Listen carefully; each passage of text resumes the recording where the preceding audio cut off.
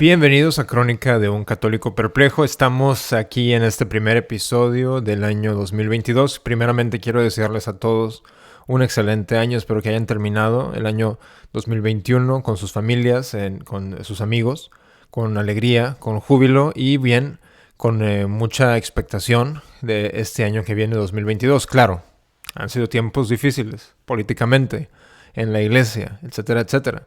Pero cuando estudiamos las vidas y las escrituras de los santos, vemos que hasta cierto punto los santos se alegraban de tener adversidad, se alegraban de tener dificultades porque eso lo veían como una oportunidad de comprobar, de probar su fidelidad a Dios, a sus leyes, a su iglesia, etcétera, etcétera. Entonces, bien, vemos que el año 2020 fue difícil, el año 2021 fue también difícil para muchos, especialmente como hablamos del tema seguido en este programa, con la farsa que está sucediendo alrededor del mundo, pero aún así lo podemos ver con una visión espiritual, ¿verdad? Viendo con una visión espiritual las dificultades que hemos tenido, especialmente estos últimos 2 años, y verlos con alegría y ver también las dificultades que se nos aproximan también con alegría. Alguien, tal vez el no creyente diría que tontos, ¿verdad? Estos cristianos que ven las dificultades que vienen con alegría, pero bien, los no creyentes siempre han visto a los cristianos, a los católicos, como tontitos, siendo francos. Entonces, bien, no es nada nuevo para nosotros, para el católico, no es nada nuevo. Ver la adversidad, ver la adversidad con júbilo, verla con emoción.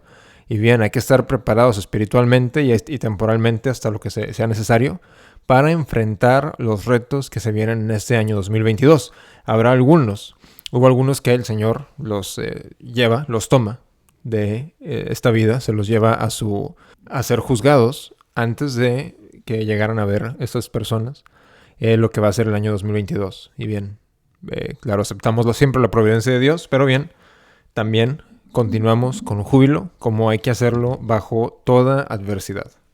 Así que seguimos en oración, seguimos con nuestras mortificaciones, con nuestras penitencias, ya habiendo pasado el Adviento, ya habiendo pasado la Navidad, seguimos celebrando esta temporada de la Epifanía. Y bien, es una de las alegrías, de las consolaciones que nos da el calendario tradicional de la Iglesia. En el pasado me han preguntado, oye, ¿cuáles son algunas de las diferencias y por qué a veces los tradicionalistas hablan acerca del calendario del 62 y del 54? ¿Cuáles son las diferencias? Bien, esa es una de las temporadas del año en la que vemos algunas diferencias. En el calendario tradicional en el que la iglesia siempre ha usado, esta temporada seguimos celebrando la fiesta de la Epifanía. Seguimos en la octava de la Epifanía y de hecho este domingo es el domingo durante la octava de la Epifanía. Esta era una fiesta que la iglesia siempre había celebrado, se había observado desde hace muchísimos años, pero bien, mientras empezó a afectar la secularización del mundo a la iglesia, en el calendario del 62, que es el misal del Papa Juan, 23, se le quitan elementos muy tradicionales al calendario. Y esta temporada es uno de ellos. Se le quita la vigilia, se le quita la octava de la Epifanía y bien muchas otras cosas que se quitan del calendario. Y esto va dando lugar a lo que es el nuevo orden, el nuevo sordo. Entonces, claro, para los que saben, la Fraternidad Sacerdotal San Pío X utilizan el misal de 1962. Pero hay ciertos sacerdotes en algunos lados del mundo que reconocen los errores y las desventajas que ofrece para la fe tradicional el misal del 62 y reconociendo esas dificultades, empiezan a implementar el misal realmente tradicional, el misal realmente antiguo. Y de hecho, Monseñor Feley, que es uno de los obispos de la Fraternidad Sacerdotal San Pío X, y bien, como he dicho en el pasado, yo sigo a la fraternidad, los apoyo en redes sociales, a veces cuando puedo también económicamente, pero personalmente no atiendo una capilla de ellos, porque no hay una capilla de ellos en donde yo vivo. Pero he atendido a sus misas con mucha alegría, sin ningún problema. Y Monseñor Feley, él mismo, en la fiesta de la Epifanía, hace unos cuantos días, en su predicación para una ordenación sacerdotal que hicieron en Estados Unidos, critica el calendario 62 en este punto. Pero bien, no para desviarme mucho del tema. Como ven, el título del programa del día de hoy es sobre la Sagrada Familia. Es probable, es posible que si usted escucha este programa y atiende a la misa nueva, celebraron el domingo de la Sagrada Familia el domingo después de Navidad de este año, porque en el Nuevo Orden así se celebra. También vemos en el Nuevo Orden que le cambian el nombre de la fiesta de la circuncisión de nuestro Señor Jesucristo, que es el 1 de enero, también el día de la octava de Navidad, lo cambian a la fiesta de María, la Madre de Dios. Se quita esa fiesta. Y bien, el domingo después es también un cambio que le hacen. Mientras que en el calendario tradicional, los que vamos a la misa tradicional, este año celebramos la fiesta de la circuncisión de nuestro Señor Jesucristo al octavo día de haber nacido, como fue históricamente realmente, el sábado 1 de enero. Y el 2 de enero este año celebramos la fiesta del Santísimo Nombre de nuestro Señor Jesucristo. En el nuevo sordo se cambia eso, se transfiere creo que a lunes y se hace una opción, es opcional conmemorar el Santísimo Nombre de nuestro Señor Jesucristo. Y bien, esos son unos cuantos de los cambios, como a veces nos gusta observarlos y discutirlos en este programa, que tal vez para algunos les sean mínimos, les sean no importantes, pero realmente cuando uno trata de seguir el calendario litúrgico tradicional y de celebrar la Navidad y la Epifanía y las fiestas que nos da la Iglesia, son sumamente importantes estas fiestas, porque pueden afectar también la vida de la familia, la vida de cómo la familia observa la liturgia, el año litúrgico en el hogar. Y vemos que claro que ha afectado sumamente, porque las familias ya no viven el año litúrgico en casa. Los padres de familia, y refiriéndome a los hombres, a los padres, ya no viven la fe. Las madres en muchas ocasiones son las que se encargan de educar a los hijos en la fe, y bien, todo termina siendo un desorden. Y es por eso que hay algunos de nosotros que ponemos énfasis en estas fiestas que se han perdido, que se deben de recuperar, porque entendemos el impacto que tienen en nuestros hogares a tratar de vivir el año litúrgico con fidelidad a la tradición de la Iglesia. Y bien, la palabra tradición queda a final de cuentas siendo redundante, porque sencillamente seguimos lo que nuestra Santa Madre, la Iglesia, siempre nos ha dado. Y vemos los efectos claros en el hogar, los vemos también en la cultura. Vemos que si uno va a cualquier parroquia de hoy en día, vemos a las madres con mucha alegría, con mucho esfuerzo, llevando a los niños a las misas, sin los padres en muchas ocasiones, porque se ha perdido la fe en los padres de familia. Entonces, por eso que muchos de nosotros, teniendo nuestras propias familias, observando el calendario litúrgico de la Iglesia en el hogar, en nuestras vidas, ponemos atención a estos detalles que tal vez al que no tenga hijos, al que no tenga familia, le parezcan superfluos, pero para nosotros son sumamente importantes, y es por eso que analizamos y estudiamos las antiguas fiestas de la Iglesia y las tenemos que restaurar. Y a final de cuentas, ese es el verdadero significado de reforma. Malamente le llaman reforma a la del Concilio Vaticano II, porque no reformó nada, no tomó lo que siempre había hecho la Iglesia y lo mantuvo o lo restauró. De ninguna manera, fue una deformación. Y ese es un claro ejemplo al mover el memorial de el Santísimo Nombre de nuestro Señor Jesucristo a un lunes de un domingo y hacerlo opcional. Y bien, es con esta actitud que vemos la fiesta del día de hoy domingo. Grabo este episodio en sábado, pero con expectativa de la fiesta del domingo, que es el domingo de la Sagrada Familia para los que vamos a la misa tradicional. Como nos lo indica Dom Weranger en el año litúrgico, en su Magnus Opus, en su obra maestra, nos indica que la Iglesia instituye la conmemoración de la Sagrada Familia, pero mantiene como quiera las lecturas de la misa que estaban asignadas al primer domingo después de la Epifanía. En el Nuevo Sordo también ya comienzan el tiempo ordinario, pero bien, la Iglesia siempre había reconocido que en nuestra salvación, en la pelea por nuestra salvación, no hay tiempo ordinario. Entonces comenzamos el tiempo después de Epifanía. Y las lecturas que se hacían el primer domingo después de Epifanía, que es también el domingo durante la octava de Epifanía, se mantienen las mismas, con esa transición a lo que es el domingo de la Sagrada Familia. Y aquí es donde un ejemplo, una oportunidad de poder ver cómo la Iglesia, aunque hace cambios orgánicos litúrgicamente, toma muchísimo cuidado en mantener lo que la Iglesia siempre había hecho, inclusivemente litúrgicamente, porque reconocen que cambios litúrgicos tienen también impactos en lo que es la doctrina. Y es también por eso, con el cambio de la liturgia, se pierde la doctrina católica por completo y ya queda el nuevo orden como una herramienta básicamente de este nuevo orden mundial globalista que no quiere destruir a la iglesia, quiere hacer que la iglesia sea completamente inefectiva como una arca de salvación única, porque también el demonio globalista reconoce que la iglesia es la única arca de salvación. Si puede mantener a la gente engañada pensando que pertenecen a la iglesia católica, mientras tienen una doctrina masónica, gana el demonio. Es por eso que tenemos que voltear a ver a lo que nos indicaron los papas de la antigüedad, de las advertencias que nos dieron y ver lo que está pasando hoy en día, y es donde podemos abrir los ojos y podemos poner atención. Y es aquí donde, como mencionaba hace algunos minutos, donde vemos el impacto en la familia, y es por eso que es una fiesta sumamente importante de hoy en día. ¿Qué sucedió en estas últimas festividades de la Navidad, de los días que le siguen del Año Nuevo? Es que algunas familias completamente obsesionadas con la crisis sanitaria por la que vivimos hoy en día, dice que crisis sanitaria, no pasaron la Navidad, no pasaron el Año Nuevo en familia para no contraer este problema que tenemos hoy en día.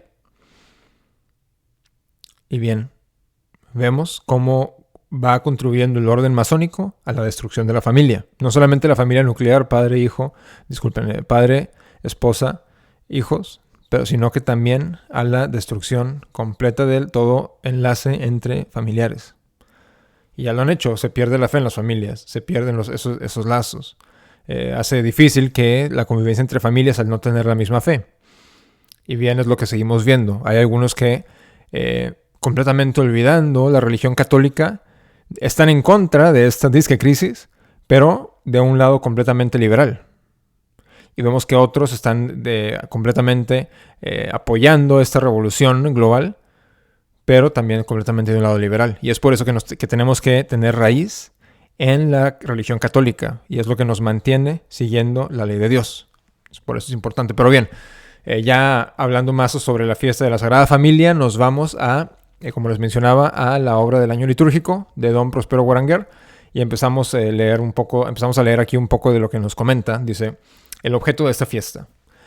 En la liturgia de este domingo, la Iglesia cantaba antiguamente la realeza de Cristo y su imperio eterno, uniendo sus cánticos a las de los coros angelinos en la adoración del Dios humanado.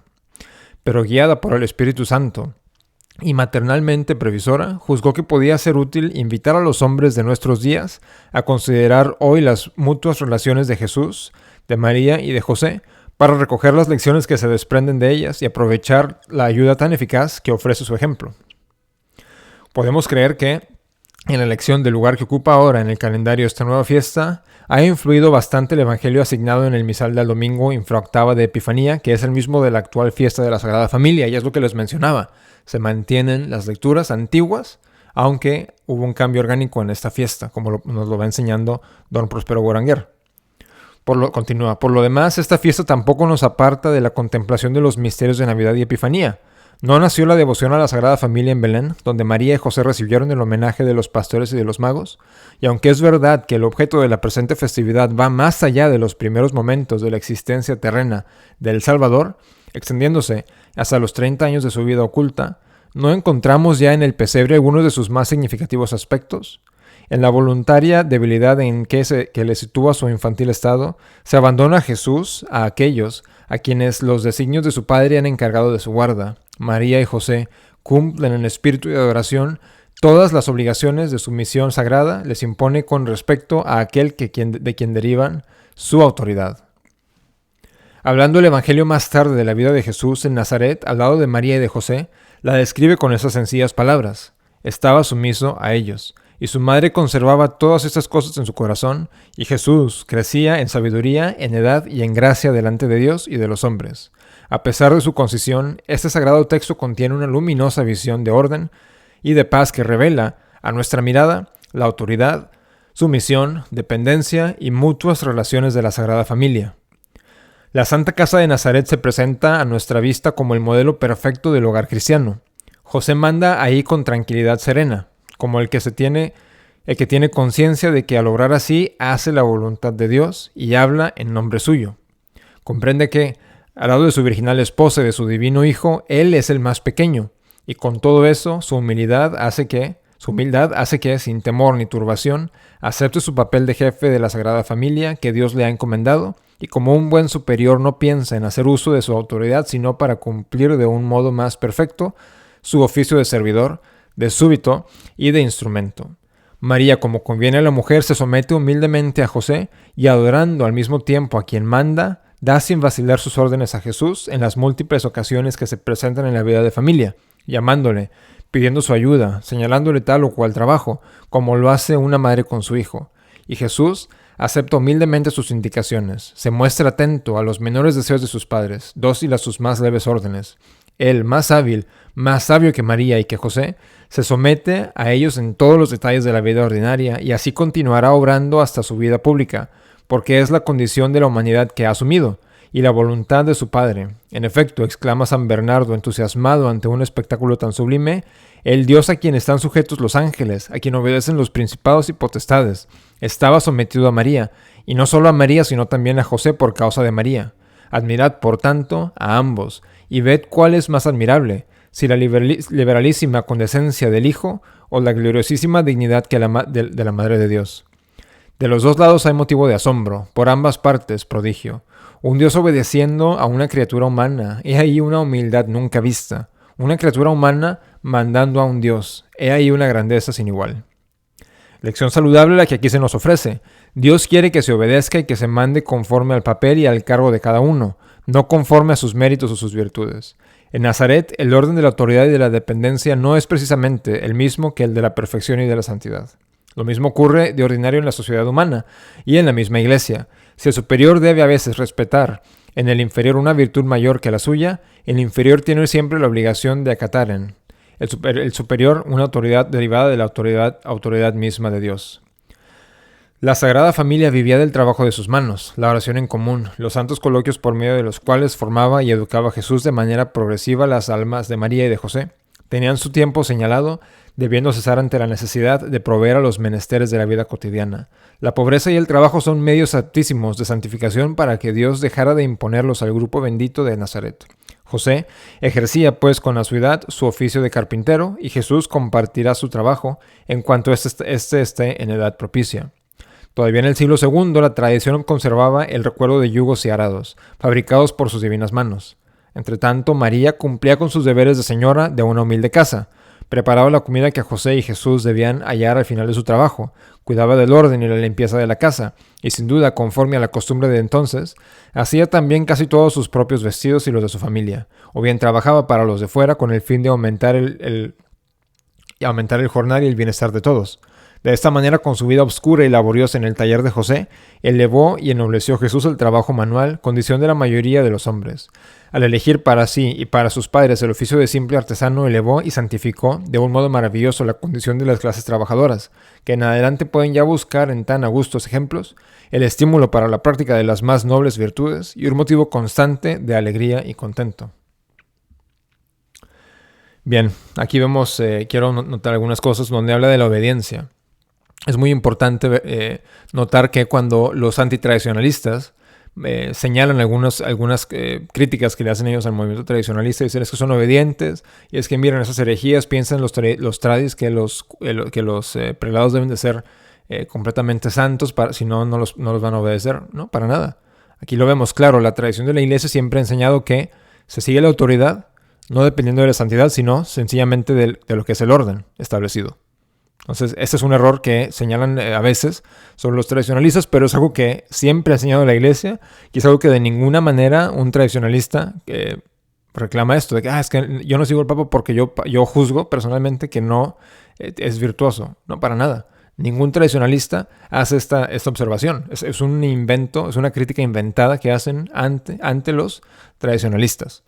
Y bien, seguimos ya en lo último que leeré sobre el año litúrgico, porque quiero también hablar de la historia del culto de este domingo de la Sagrada Familia, porque lo he tocado anteriormente en este programa. Bien, continuamos.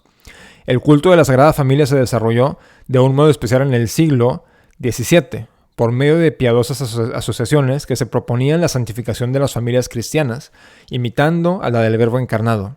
Esta devoción, introducida en el Canadá por los padres de la Compañía de Jesús, se propagó ahí rápidamente gracias al celo de Francisco de Montmorency Laval, primer obispo de Quebec. Este virtuoso prelado, por sugerencias y con ayuda del padre Chamonot y de Bárbara de Boulogne, viuda de Luis de Alubeau de Collonges, antiguo gobernador de Canadá, fundó en 1665 una cofradía cuyos estatutos determinó él mismo, instituyendo poco después canónicamente en su diócesis la fiesta de la Sagrada Familia de Jesús, María y José, y ordenando que se hiciese uso de la misa y del oficio que había hecho componer con tal motivo. 2 siglos más tarde, ante las crecientes manifestaciones de la piedad de los fieles hacia el misterio de Nazaret, el Papa León XIII, por el breve Nemenit Fugit del 14 de junio de 1892, establecía en Roma la Asociación de la Sagrada Familia, con el fin de unificar todas las cofradías instituidas bajo este mismo título. Al año siguiente, el mismo soberano pontífice decretaba que la fiesta de la Sagrada Familia fuera celebrada en todas partes donde estaba permitida, el domingo tercero después de Epifanía, asignándole una misa nueva y un oficio cuyos himnos él mismo había compuesto. Finalmente, Benedicto XV, en 1921, extendía esta fiesta a la Iglesia Universal, fijándola en el domingo dentro de la octava de Epifanía. Y ya después de esto, ustedes pueden ir a ver lo que son los textos de la misa en el enlace que les dejo en las notas de este episodio. Pero bien, aquí es donde vamos a hablar un poco acerca de cómo se desarrolla esta fiesta orgánicamente. Fíjese, empieza en 1600, que fue 1665, y hasta dos siglos después se instituyó en Roma, y casi que fue 30 años después se extiende a la Iglesia Universal. Es así como se desarrolla orgánicamente la liturgia. Más bien lo que nos dejan después en el Concilio Vaticano y lo que le sigue fue una liturgia completamente fabricada por los mismos prelados que criticaban y que no ofrecían ellos mismos la liturgia de la Iglesia como se debía. Es donde tenemos que poner atención. Los mismos que apoyaban la liturgia nueva eran los mismos que se quejaban de que la liturgia en esos tiempos no se celebraba con piedad. Vemos aquí la inconsistencia, y es por eso que ahora vemos sacerdotes que tienen que luchar para poder ofrecer la misa tradicional en las diferentes instituciones, ¿verdad? Como la Fraternidad de San Pío X, la Fraternidad de San Pedro, el Instituto de Cristo Rey, Sumo Pontífice, Supremo Pontífice, la del Instituto del Buen Pastor, etcétera, donde toma un poco más de esfuerzo para esos curas poder llegar a esos seminarios, poder ser ordenados, y ofrecen la misa con mucho amor a la misa y a Dios. Pero bien, los mismos que no la ofrecían con esa piedad criticaban de que había falta de esfuerzo de parte de la clase clerical de ofrecer estas misas, de ofrecer la liturgia tradicional con amor y con piedad. Entonces, es una observación que tenemos que hacer cuando indican, oye, no, es que fíjate que antes del concilio también había abusos litúrgicos. ¿Sí? La diferencia es que la misa que nosotros amamos no es una misa que haya sido inventada por los mismos que cometían esos abusos. Es la diferencia. Nuestra misa se desarrolló a través de miles de años y nos la dejan los santos, los apóstoles. Esta es la misa con la que no podemos fallar. Esta es la liturgia en general, como hablaba al principio de la del 54, con la que no podemos fallar, porque es una liturgia que nos dejan los santos. Mientras, el nuevo orden es una liturgia que la dejaron los masones. O sea, aquí es algo que hay que considerar en este domingo de la Sagrada Familia. Si usted es alguien que aún tiene alguna sospecha quizás sobre la Fraternidad de San Pío X, tome esas consideraciones. ¿Quiénes fueron los que inventaron la misa nueva? Los masones, confirmado, Bugnini masón.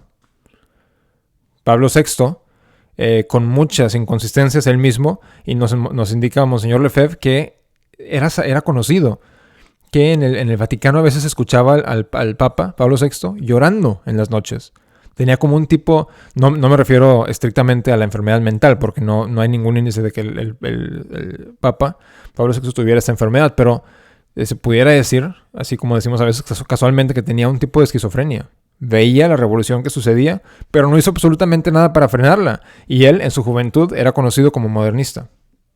Entonces, hay que tomar esas cosas, hay que considerar todo esto. Hay que ver cómo va nuestra fe, cómo va la iglesia. Y de ahí ir tomando decisiones para nuestras familias. Y es por eso que mi familia solamente asiste a la misa tradicional, a liturgias tradicionales, exclusivamente. Y bien, hay que irlo todos considerando. ¿Cuánto es lo que vamos a sacrificar para tener acceso a estos santos misterios? Con tradiciones custodes en esta época en la que vivimos. Y como mencionaba al principio, vienen desafíos en este año, pero los vamos a enfrentar con miedo o con alegría. ¿Verdad? Cada uno de nosotros tenemos que considerar esto y ver cómo lo vamos a enfrentar. Pero bien, aquí termino el capítulo del día de hoy. Espero que disfruten un excelente domingo con su misita tradicional y que sigamos observando esta temporada después de la Epifanía, que es fenomenal y que nos va llevando poco a poco a lo que va a ser la 70ª y lo que viene siendo ya el tiempo de Cuaresma, pero todavía nos falta, tenemos tiempo de seguir celebrando, ¿verdad?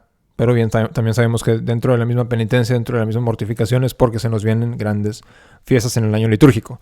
Así que continuamos con alegría y bien, tengo varios capítulos preparados para este principio de año. Vamos a hablar extensivamente sobre tradiciones custodes, sobre la nueva respuesta a la supuesta porque las preguntas se veían muy sospechosas, a la supuesta dubia que publica el Vaticano, que pretende restringir un poco más la misa tradicional. Pero bueno, vamos a estar hablando de todo eso. Y bien, excelente. Aquí terminamos el capítulo del día de hoy. Como siempre, a rezar el rosario, a mantener la oración mental, a mantener ese hábito, no perderlo. Y bien, que viva Cristo Rey y Ave María.